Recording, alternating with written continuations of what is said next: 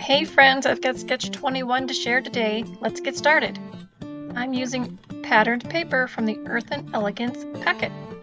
Here are the cuts for the first piece, and sample 2 is scrapped from a previous project. Save those paper scraps.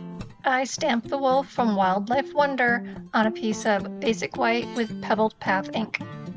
Here are all the pieces we're using today. Measures are there, or get my mini tutorial where it's all written down for you. First, I added the 4x4 piece of DSP to the front of my card base.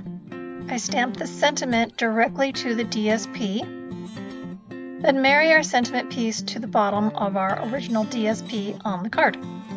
Here I added a piece of pretty peacock cardstock, kind of like a paper ribbon, between the two DSP panels. With my paper snips, I trimmed out our wolf stamped image, then added him with dimensionals. I'm going to add a little bling with the pebbled path in color dots. Here we have it, Project 21. What do you think? You can see more quick sketches in my playlist.